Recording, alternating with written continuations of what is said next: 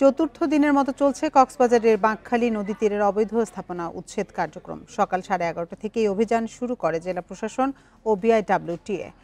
সকাল থেকে এ পর্যন্ত অর্ধশতাধিক স্থাপনা উচ্ছেদ করা হয়েছে। বিআইডব্লিউটিএ পরিচালক AKM আরিফুদ্দিন জানান, নদীর জমি উদ্ধার না হওয়া পর্যন্ত অভিযান চলবে। সোমবার থেকে চলা এই অভিযানে 3 শতাধিক স্থাপনা উচ্ছেদ করা হয়েছে। এদিকে অভিযানের দ্বিতীয় দিনে পুলিশের উপর হামলার ঘটনায় 250 জনকে আসামি করে মামলা হয়েছে। গ্রেপ্তার করা হয়েছে 4 জনকে।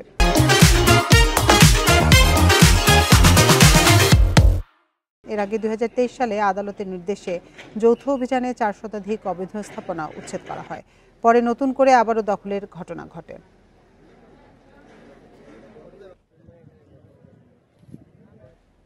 এ নিয়ে আরো জানাতে কক্সবাজার থেকে আমাদের সাথে যোগ দিচ্ছেন সহকর্মী তৌফিকুল ইসলাম।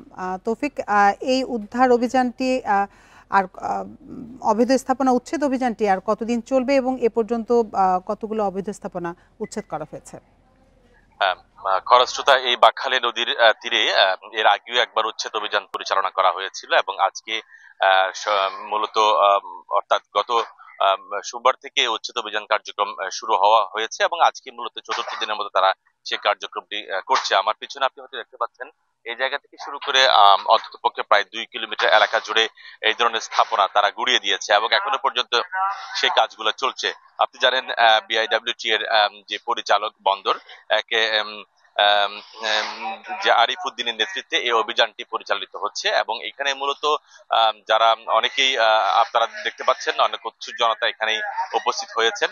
পাশাপাশি আরেকটা বিষয় আপনাদেরকে বলে রাখি, এখানে পেশকারপাড়া এলাকায়, সেই এলাকায় গতকালকে তারা উচ্ছেদ অভিযান করতে যায়। সেই উচ্ছেদ অভিযানে স্থানীয়দের বাধার মুখে পড়ে কিন্তু তারা সেই উচ্ছেদ অভিযান পরিচালনা করতে পারেনি। তবে এখনো পর্যন্ত ওখানে ওই এলাকায় যে গাছের গুড়ি এবং যে ব্যারিকেড সৃষ্টি করে সেখানে যে এসকেভেটর যাওয়ার যারা যেতে না পারে সেই ধরনের পরিস্থিতি তারা সৃষ্টি করে দিয়েছেন। এখানকার এলাকাবাসীর সাথে আমরা কথা বলেছি, তারা বলছেন তাদের খতিয়ানভুক্ত জায়গার উপর এই যে খতিয়ানভুক্ত জায়গার উপর যে এই অভিযানটি পরিচালনা করছেন এবং এই সব কিছু মিলিয়ে আসলে যে অভিযোগ অনুযোগের মধ্যে থেকে কিন্তু এই ধরনের যে কার্যক্রম সেটি চলছে। তবে আমি কথা বলেছি বিআইডব্লিউটি এর পরিচালকের সাথে কথা বলেছি, তিনি আমাকে জানিয়েছেন আগামীকাল পর্যন্ত এই উচ্ছেদ অভিযান কার্যক্রম চলবে এবং তিনি এও বলেছেন বিগত সরকার আমলে অনেকটা সুপারিশ কিংবা বাধার কারণে কিন্তু ওইরকম উচ্ছেদ অভিযান পরিচালনা করতে পারেনি। তবে এখন কিন্তু বলছেন যে বাঁকখালী নদীর অর্থাৎ বাঁকখালী নদীর জায়গা বাঁকখালী নদীকে ফিরিয়ে দেওয়ার জন্য কিন্তু তারা এই অভিযান পরিচালনা করছেন এবং এটি সর্বশেষ পর্যন্ত তারা এখানে থাকবেন এবং সবকটি অবৈধ স্থাপনা যেটি বলা হচ্ছে সেটি তারা উচ্ছেদ করবেন বলে তিনি আমাকে জানিয়েছেন। কক্সবাজার থেকে সবশেষ তথ্য জানাচ্ছিলেন সহকর্মী তৌফিকুল ইসলাম।